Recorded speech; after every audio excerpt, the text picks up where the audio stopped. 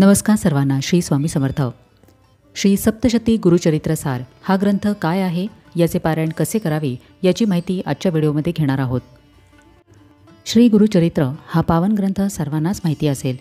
या ग्रंथाला 5वा वेद मानले जाते.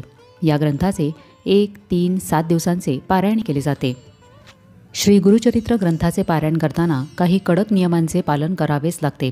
जसे की कांदा, लसूण, मांसाहार वर्ज्य करणे, एकच धान्य खाणे, ब्रह्मचर्याचे पालन करणे, जमिनीवर झोपणे. सर्वांनाच हे नियम पाळणे शक्य नसते. त्यामुळे इच्छा असूनसुद्धा पारायण करण्याचे राहून जाते. त्यामुळे तुम्ही श्री सप्तशती गुरुचरित्रसार या ग्रंथाचे पारायण करू शकता. स्वतः या ग्रंथामध्ये असे लिहिलेले आहे की या ग्रंथाचे पारायण केल्यामुळे श्री गुरुचरित्र ग्रंथ पारायण केल्याचे फळ मिळेल. सप्तशती म्हणजे 700 श्लोकी आणि गुरुचरित्रसार म्हणजे श्री गुरुचरित्राचे सारांश रूपात केलेले कथन. या ग्रंथामध्ये एकूण 51 अध्याय आहेत आणि अध्यायही खूप छोटे आहेत.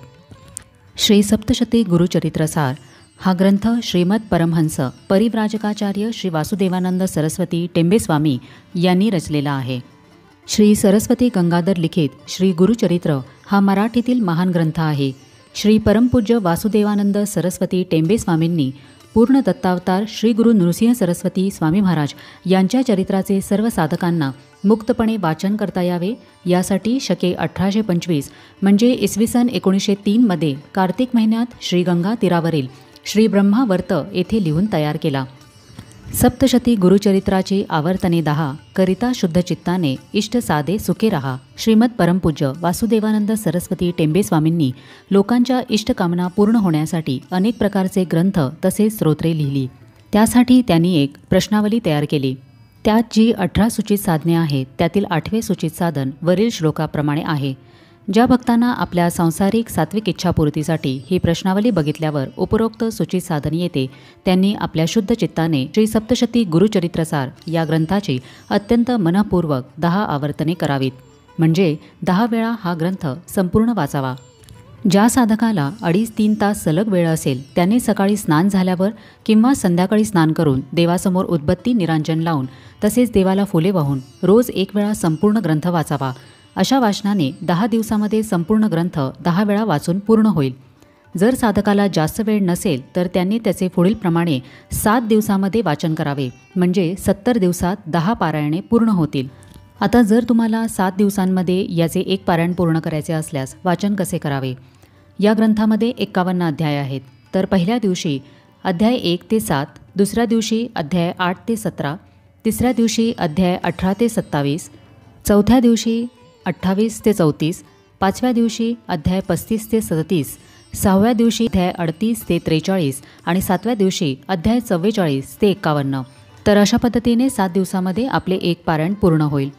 अशा प्रकारे आपल्या सोयीनुसार 10 पारायणे पूर्ण करावीत आणि पुढेही रोज सर्वसाधारणपणे 100 ओव्या वाचाव्यात. म्हणजे वर दिलेल्या सप्ताह पद्धतीप्रमाणे आपली इष्टकामना पूर्ण होईपर्यंत वाचन चालू ठेवावे. याचे पारायण कोणीही स्त्री पुरुष मुलं-मुली करू शकतात. तुम्ही पूजा मांडणी करून या ग्रंथाचे पारायण करू शकता किंवा तुम्ही तुमच्या देवघरामध्ये या ग्रंथाची मांडणी करून पारायण केले तरीही चालेल. आता या ग्रंथाचे पारायण कसे करावे? तर पारायण करताना सुरुवातीला तुम्ही श्री स्वामी स्तवन म्हणावे. त्यानंतर तुम्ही श्री स्वामी समर्थ या मंत्राची किंवा दिगंबरा दिगंबरा श्रीपादवल्लभ दिगंबरा या मंत्राची एक माळ जप करू शकता. यानंतर हे श्री दत्तात्रेय स्तोत्र म्हणायचे आहे. यानंतर चंचल चित्त स्थिर करणारे श्री दत्त स्तोत्र म्हणायचे आहे.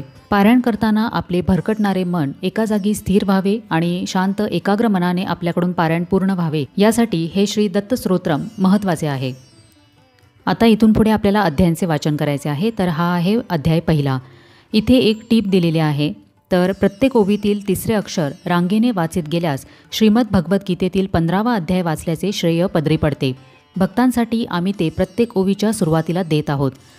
इथे तुम्हाला डाव्या बाजूला श्री भगवान उवाच असे लिहिलेले दिसत असेल.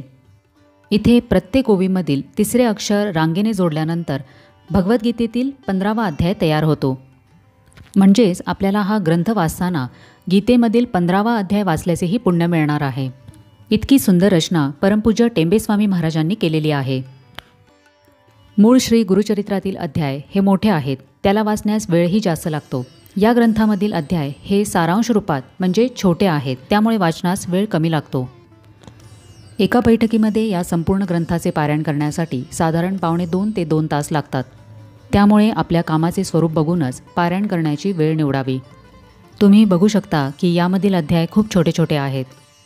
अध्याय वाचन स्वतःला ऐकू जाईल इतक्या मोठ्या आवाजामध्ये करावे. अध्याय वाचन करताना कुणाशीही मध्येच बोलू नये किंवा मध्येच उठू नये. आपले संपूर्ण वाचन पूर्ण होईपर्यंत दिवा तेवत राहील याची काळजी घ्यावी. पारायण सुरू करण्यापूर्वी आपल्याला संकल्प सोडायचा आहे.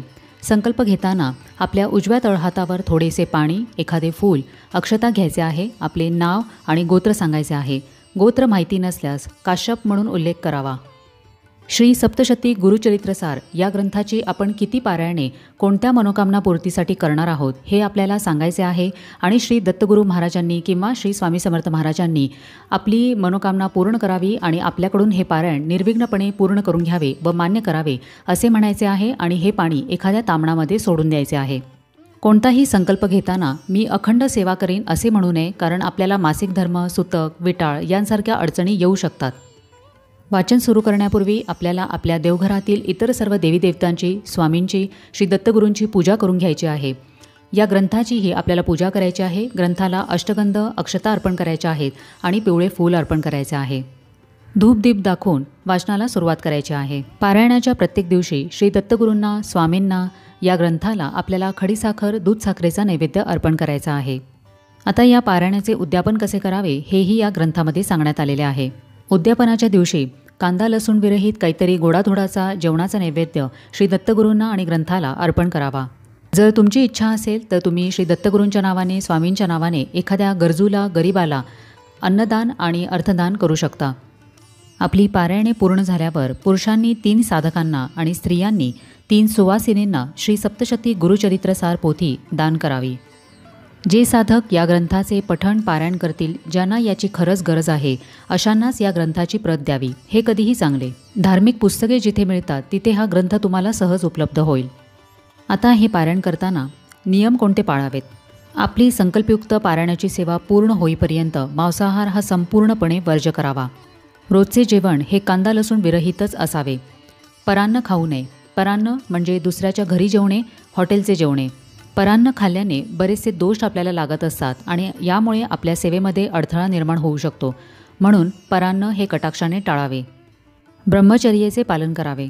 जेवणामध्ये फक्त कांदा लसूण वर्ज्य करावा, पण तुम्ही भात, भाजी, पोळी, भाकरी असं सर्व काही खाऊ शकता. श्री गुरुचरित्राप्रमाणे एकच धान्य खाण्याचा नियम इथे लागू होत नाही. जर तुम्ही याचे 1 दिवसाचे पारायण करणार असाल तर तुम्हाला त्या दिवशी तरी हे सर्व नियम पाळणे बंधनकारक आहे आणि जर तुम्ही सप्ताह पद्धतीने पारायण करणार असाल तर तुम्हाला 7ही दिवस हे सर्व नियम पाळावे लागतील. मासिक धर्म, सुतक, विटाळ या काळामध्ये याचे वाचन किंवा श्रवण करू नये. कोणत्याही शुभदिनी तुम्ही याच्या पारायणाला सुरुवात करू शकता. तुम्ही फक्त गुरुवारी याचे 1 दिवशी पारायण केले तरीही चालेल किंवा असे 10 गुरुवारी तुम्ही 10 पारायणे करू शकता. ज्या कोणालाही श्री गुरुचरित्राचे पारायण करणे शक्य नाही अशांनी श्री सप्तशती गुरुचरित्रसार या ग्रंथाचे पारायण करावे, कारण याने श्री गुरुचरित्र वाचल्याचेच पुण्यफळ मिळते. तुमच्या कोणत्याही आरोग्य, संतती, नोकरी, व्यवसाय, शिक्षण, आर्थिक समस्या असतील तर तुम्ही श्री सप्तशती गुरुचरित्रसार या ग्रंथाचे पारायण करावे आणि अनुभव घ्यावा. तर कसा वाटला आजचा व्हिडिओ हे मला कमेंट करून नक्की सांगा. तुमच्या काही शंका असतील तर तुम्ही मला कमेंट सेक्शनमध्ये विचारू शकता. आपण भेटूया आता पुढच्या व्हिडिओमध्ये. तोपर्यंत सगळ्यांना श्री स्वामी समर्थ.